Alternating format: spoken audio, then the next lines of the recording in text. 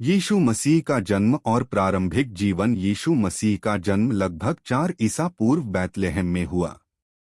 उनकी माता मरियम नासरत की कुंवारी युवती यूसुफ की मंगेतर थीं। स्वर्गदूत गाब्रियल ने मरियम को दर्शन देकर बताया कि पवित्र आत्मा से वे परमेश्वर के पुत्र को जन्म देंगी।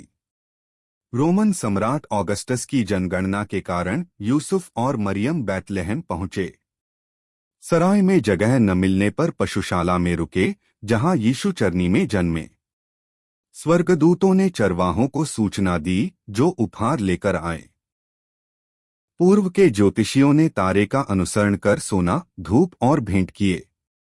राजा हेरोदेस के भय से, जो नवजात यहूदियों के राजा को मारना चाहता था, यूसुफ ने मरियम और शिशु को मिस्र भाग जाना बताया। हेरोदेस की मृत्यु के बाद वे नासरत लौटे। 8वें दिन नामकरण संस्कार हुआ। 12 वर्ष की आयु में फसह पर्व पर यरूशलेम मंदिर में यीशु विद्वानों से बहस कर सबको चकित किया। उसके बाद नासरत में यूसुफ के साथ बढ़ी का काम सीखा। यह काल शांतिपूर्ण बीता, जहां यीशु की दिव्यता धीरे धीरे प्रकट हुई। यीशु मसीह का बपतिस्मा और जंगल का प्रलोभन। लगभग 30 वर्ष की आयु में यीशु ने अपनी सार्वजनिक सेवकाई प्रारंभ की। वे गलीलिया से यरदन नदी पहुंचे, जहां उनके चचेरे भाई यूहन्ना बपतिस्ता यूहन्ना लोगों को पापों की क्षमा के लिए बपतिस्मा दे रहे थे। यूहन्ना ने यीशु को पहचान लिया और कहा, मुझे आपका बपतिस्मा लेना चाहिए, लेकिन यीशु ने जोर दिया। नदी में डुबकी लगाते ही आकाश खुल गया। पवित्र आत्मा कबूतर के रूप में यीशु पर उतरा और स्वर्ग से वाणी गूंजी, यह मेरा प्रिय पुत्र है, जिस पर मुझे प्रसन्नता है। यह घटना यीशु की दिव्यता की पुष्टि थी। बपतिस्मा के तुरंत बाद पवित्र आत्मा ने यीशु को जंगल में भेज दिया। वहां वे 40 दिनों तक उपवास करने लगे, भूखे और अकेले। शैतान ने अवसर पाकर 3 बार प्रलोभित किया। पहली बार, पत्थरों को रोटी बना लो, यीशु ने कहा, मनुष्य केवल रोटी से नहीं, प्रत्येक वचन से जीवित रहता है। दूसरी, मंदिर की ऊंचाई से कूदो, स्वर्गदूत बचाएंगे। उत्तर, प्रभु का भय मानो, परीक्षा न दो। तीसरी, मुझे सजदा करो, संसार के राज्य दूंगा। यीशु बोले, प्रभु ही की पूजा करो। शैतान हार गया। यह प्रलोभन यीशु की आज्ञाकारिता और शक्ति का प्रमाण था, जो सेवकाई की नींव बनी। यीशु मसीह की सेवकाई और चमत्कार। बपतिस्मा के बाद यीशु ने गलीलिया में 3 वर्षों की सेवकाई प्रारंभ की।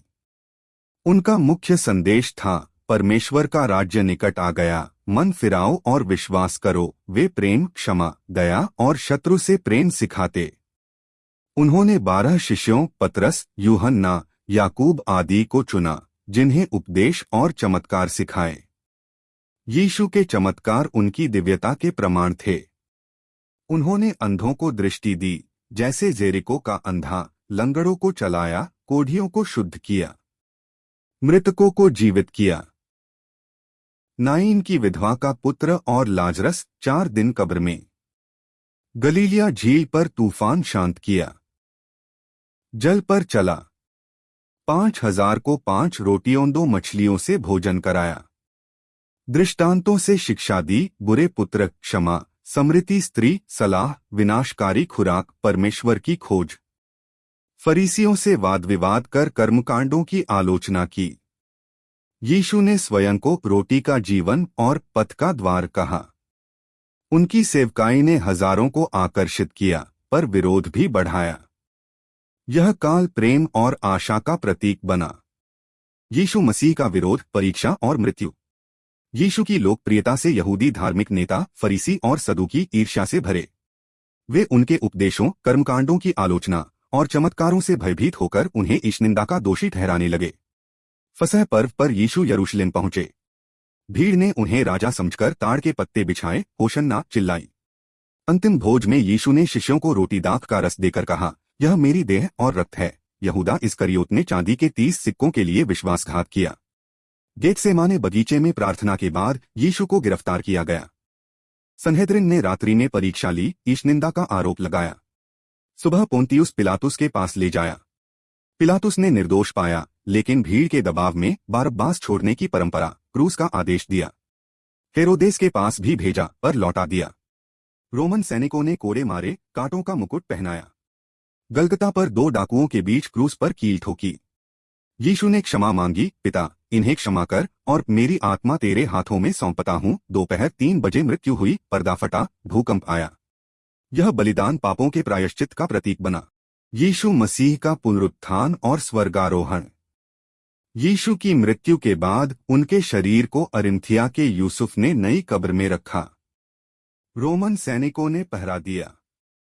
फसह के दूसरे दिन शनिवार शिष्य भयभीत छिपे रहे। रविवार भोर मरियम मगदलीनी और अन्य महिलाएं मसाले लगाने कब्र गईं। वहां पत्थर हट गया, कब्र खाली मिली।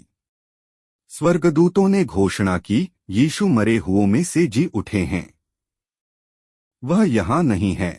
महिलाएं दौड़कर शिष्यों को बताईं। पुनरुत्थित यीशु ने पहले मरियम को दर्शन दिया, जो उसे पहचानकर रोई। फिर पतरस, 2 शिष्यों को एम्माउस रास्ते पर और ऊपरी कमरे में सभी को। उन्होंने कहा, शांति हो। शिष्यों के संदेह दूर किए, हाथ पैर दिखाए। 40 दिनों तक उन्होंने परमेश्वर के राज्य, क्षमा और सुसमाचार प्रचार की शिक्षा दी। अंत में जैतून पर्वत पर शिष्यों को आशीर्वाद दिया, जाओ, संसार में बपतिस्मा दो। फिर आकाश में ऊपर उठे, बादल ने ढक लिया। स्वर्गदूतों ने कहा, यीशु इस प्रकार लौटेंगे। पेंतेकुस्त पर पवित्र आत्मा उतरा, जिससे चर्च फैला। यह घटना अनंत जीवन और आशा का प्रतीक बनी। अगर आपको ये वीडियो अच्छा लगा तो एक लाइक और सब्सक्राइब कर देना। आपने कमेंट किया, इसके लिए शुक्रिया।